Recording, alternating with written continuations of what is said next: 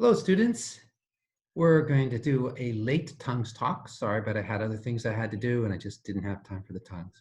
Okay, but I do today. I'm going to do yesterday or last week's or 2 weeks ago's lecture again because I confused at least one person and I want to make sure this is clear and that you understand what's going on. So what we're going to do is go back to the book of Acts chapter 2. I'm going to try to explain this very clearly so that you do understand what it's talking about. Okay. When the day of Pentecost had arrived, they were all together in one place. Suddenly a sound like that of a violent rushing wind came from heaven. It filled the whole house where they were staying, and tongues like flames of fire that were divided appeared to them and rested on each one of them. Then they were all filled with the Holy Spirit and began to speak in different languages as the Spirit gave them ability for speech. I want to focus again on these two words, different languages. The reason I want to focus on this is because lots of really good people think that tongues is a heavenly language. And that may be true in 1 Corinthians chapter 12 and 14 and 13, but not here. Here they're not speaking in a heavenly language because there's only one language in heaven, we can be sure. They're speaking in different languages. Now that's what you need to keep in mind. They are speaking in different languages. So this is not a question of, oh, they're all speaking the same heavenly language, because the word different here is clearly talking about more than one language. And the word languages in the Greek is clearly talking about more than one language. Now, that's especially important because in verse 6 it says, when this sound occurred, a crowd came together and was confused because each one heard them speaking in his own language. Now, you might say, oh, well, they're hearing the language in their own language, but they're only speaking one language. But they're not speaking one language in verse 4. The apostles and the other 140 people who were speaking, they're all speaking in different languages, not just one language, but many, many languages. And we have to get that into our brains because what's happening in Acts is they're speaking foreign languages. So the gift of tongues in the book of Acts is foreign languages. The gift of tongues in the book of Acts is not a heavenly language. And this is really hard for people to understand because they assume that speaking in tongues is a heavenly language, because what people do today when they speak in tongues is they're speaking in not a foreign language.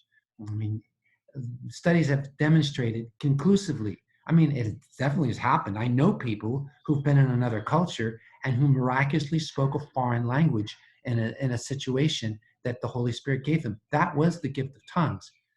But the gift of tongues that's happening today, they are not speaking foreign languages. It's what they're doing is something quite different from a language. And so what's important to understand here is when we read about the gift of tongues in Acts chapter 2, it's a foreign or a bunch of different foreign languages. You can see it again. You can see it again in verse 8. How is it that each of us can hear in our own native language? They're not saying that, remember, this says they were speaking in different languages, and that's plural, lots more than just one language. And so what they're saying here is that I'm hearing my language. This guy's speaking my language. How is that even possible that he would know my language? And so it's very important that we recognize that tongues in the book of Acts is always a foreign language. Now, that's very confusing to most people because most people assume that the tongues that they are speaking is the same tongues that are in chapter 2 of Acts and chapter 10 of Acts and chapter 18 of Acts. But they're not. They're not. It's a foreign language. Okay, a bunch of different foreign languages that are being spoken. And that's the miracle. So then that brings us to 1 Corinthians chapter 12.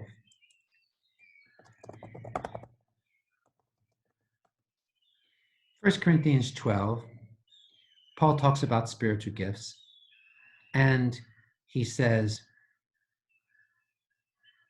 in verse 8, we'll just read verse 7. A demonstration of the Spirit is given to each person to produce what is beneficial. To one is given a message of wisdom through the Spirit, to another a message of knowledge by the same Spirit, to another faith by the same Spirit, to another gifts of healing by the one Spirit, to another the performing of miracles, to another prophecy, to another distinguishing between spirits, to another different kinds of languages, to another interpretation of languages. Now, that's an interesting statement. So what I want to do is let's pull up the Greek here, although most of you don't read Greek, but I still think it would be helpful to look at it. So here he says,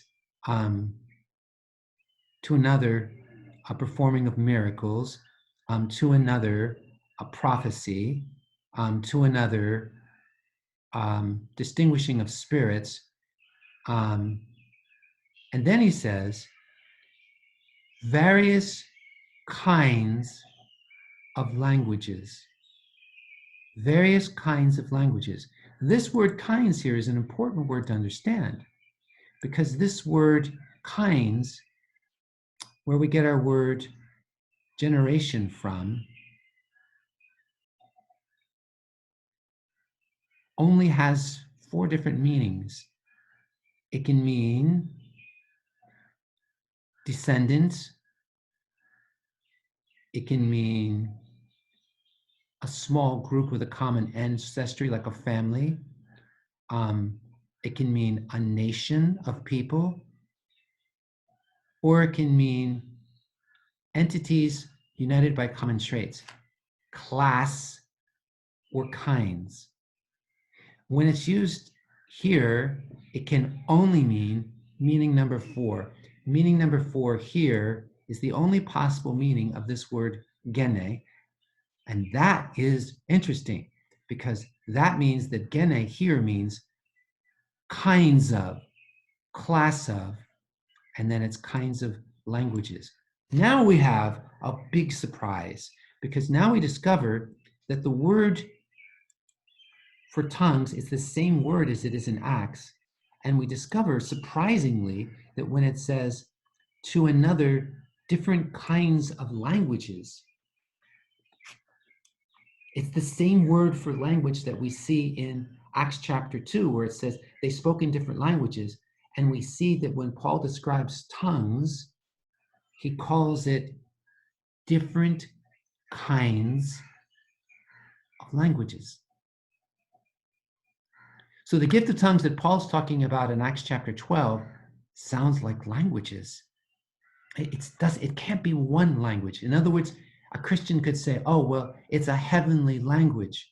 You can say that. The problem is that when Paul says it here, he says different kinds of languages, and you have to live with that. This is not in 1 Corinthians chapter 12 talking about a heavenly language, because it doesn't say a different kind of language. In the Greek, it says many different kinds of languages. It's not a different kind, it's many different kinds of languages. So whatever tongues are in Acts chapter 12, they're not a heavenly language. If they were a heavenly language, it would have said a kind. But it doesn't say a kind, it says kinds, plural, languages, plural. So whatever tongues is in 1 Corinthians chapter 12, tongues is not a heavenly language. Tongues is different kinds of languages. That sounds very similar to Acts chapter 2. Let's go back to Acts chapter 2 so we just remind ourselves of what it said. In Acts chapter 2, it said, Acts 2, verse 4, they were all filled with the Holy Spirit and began to speak in different languages. That the word different is a different word, but this word different means different kinds of. It means different kinds of. And so what we have is in Acts chapter 2, oh, by the way, in the word languages is the same word. So what we have in Acts chapter 2 is the same thing we have in 1 Corinthians chapter 12. Whatever Paul's talking about, And whatever Luke is talking about, it's not one language. It's not one heavenly language. It's different kinds of languages. It's not one language. It's many languages. And so that now becomes interesting because in Acts chapter 2, those many languages, what happens with those languages? Those many languages are actually real languages. In verse 8, how is it that each of us can hear in our own native language, Parthians, Medes, Elamites, those who live in Mesopotamia and Judea and Cappadocia, Pontus and Asia, Phrygia, Pamphylia, Egypt, and parts of Libya near Cyrene, visitors from Rome, both Jews and proselytes, Cretans and Arabs. We hear them speaking the magnificent acts of God in our own languages. They're speaking in our languages, it says. We hear them speaking the magnificent acts of God in our own languages. And so they're speaking lots of different languages. That's what verse 4 said. They began to speak in different languages. And then that's exactly what these people say here. They say, we hear them speaking the magnificent acts of God in our own languages. So whatever tongues is, in 1 Corinthians 12, it's different kinds of languages, and that's exactly what tongues is in Acts chapter 2. So we got to start there because that's really the beginning of this debate, is saying, what is the gift of tongues? Well, in Acts 2, it's languages. 1 Corinthians 12, it was languages. So now we're like, oh, then what do we do with that? Look, it says, to another different kinds of languages.